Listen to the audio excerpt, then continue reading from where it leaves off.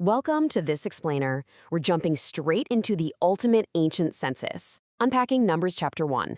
We're going to take this massive, honestly, kind of repetitive ancient text and distill the whole shebang into a rapid-fire data dash.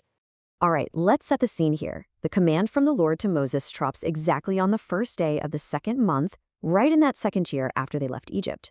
They're sitting smack in the middle of the Sinai wilderness, and, well, it's time to get organized. Now, the rules for this ancient military draft, they were incredibly strict. We're talking males only, 20 years old and upward, and specifically those who were physically able to go forth to war. And this whole massive operation was systematically organized by Moses, Aaron, and one designated head chosen from each of the 12 tribes. If you read the original text, you'll notice it repeats the exact same counting formula 12 different times. It's a lot.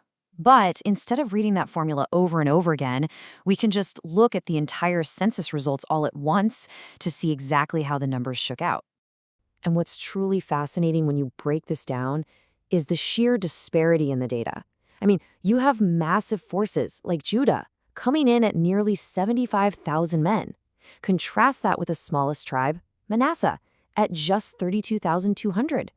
The power dynamics within this camp must have been incredibly varied, right? So what does this all mean? The absolute crucial takeaway is the staggering grand total of this force. 603,550 able-bodied men. Literally over 600,000. We're talking about a colossal ancient army here. But all this numbering actually builds to a massive structural exception. While the 12 tribes were drafted for war and commanded to camp by their own standard, the Levites, they were completely exempt from the draft. Why? Because their sole, absolutely critical duty was to carry, set up, and guard the tabernacle of testimony. And this was literally a matter of life and death. The text emphasizes that any outsider who comes near the tabernacle is to be put to death. It basically makes the Levites a spiritual defense system. They had to pitch their camp directly around the tabernacle, acting as a physical buffer to protect the rest of the congregation from divine wrath. Which brings us to our final thought for this explainer. Looking at the sheer logistical scale of this ancient operation leaves us with one massive question to ponder. Exactly how do you feed, water, and sustain a tightly organized army of over 600,000 men camped right in the middle of a barren desert?